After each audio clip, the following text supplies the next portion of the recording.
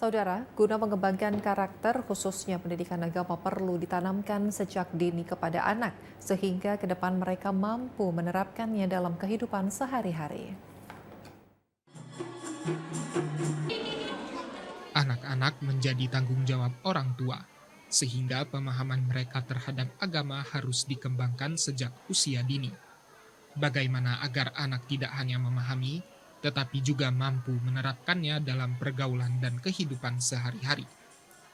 Hal ini diungkapkan oleh Daiyah Kondang Ustazah Lulu Susanti. Dikatakan terdapat 3 hal yang harus ditanamkan kepada anak-anak, agar mereka dapat menjadi anak yang soleh dan solehah ke depannya.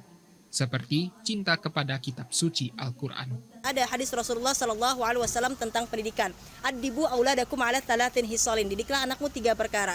Pertama apa? Agar pendidikan sukses. Pertama cinta Nabi, hubbi nabikum, cinta Rasulullah SAW. Yang kedua, ajarkan anak, didik anak untuk mengenal keluarganya Rasulullah, sahabatnya Rasulullah. Yang terakhir ketiga, yakni hubbi tilawatil Quran, cinta terhadap bacaan Al-Quran.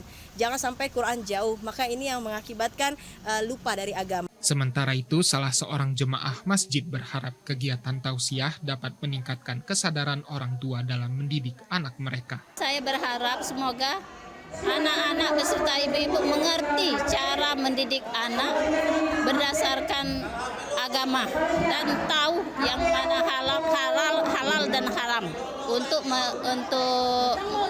dikonsumsi anak-anak.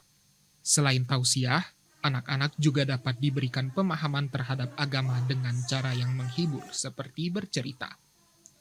Arwi Murahman, TVRI Sumsel melaporkan.